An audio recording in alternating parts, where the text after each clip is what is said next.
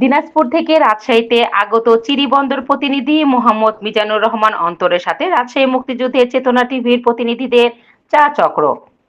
বীর মুক্তিযোদ্ধা আহমেদ আলী পিকে, staff reporter, মুক্তিযুদ্ধের চেতনা টিভি।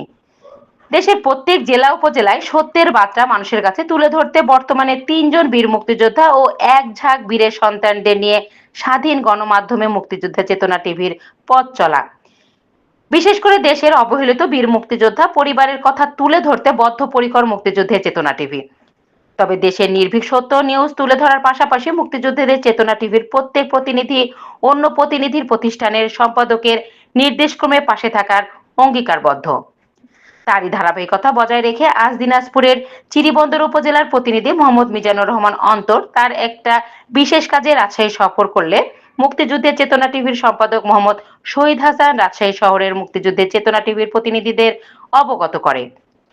সম্পাদকের দ্বারা অবগত হয়ে দিনাজপুর প্রতিনিধি মোহাম্মদ মিজানুর রহমান অন্তরের কাছে ছুটে যান মুক্তিযুদ্ধের চেতনা টিভির স্টাফ রিপোর্টার বীর মুক্তিযোদ্ধা আহমেদ আলী পিকে, স্টাফ রিপোর্টার আব্দুল আল মুক্তাদির বাঁধর, নিউজ এডিটর নাসিমা ইসলাম মিমি। তারা শহরের অলকার মোড়ে একটি চা চক্রের আয়োজন করে। এ সময় আরো উপস্থিত ছিলেন মোহাম্মদ নুরুন নবী সরকার, মোহাম্মদ মোস্তাকিম আল হাসনাত।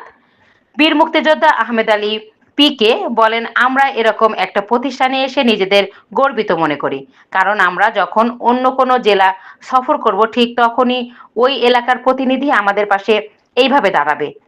এতে করে আমাদের চ্যানেলের পরিচিতি সহ নিজেদের ভেতরে একটা সুসম্পর্ক গড়ে উঠবে। সম্পাদকের এই নির্দেশনা আমাদের জন্য কল্যাণকর, তাই তার এই নির্দেশনাকে আমরা স্বাগত জানাই। চিরিবন্দর প্রতিনিধি মোহাম্মদ মিজানুর রহমান অন্তর বলেন, রাজশাহী মুক্তিযুদ্ধের চেতনা টিভির প্রতিনিধিদের এই ভালোবাসা আমি কখনো ভুলবো না।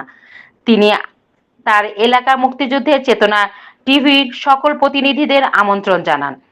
সবশেষে কুশল বিনিময়ের মাধ্যমে শেষ হয় তাদের চা চক্র।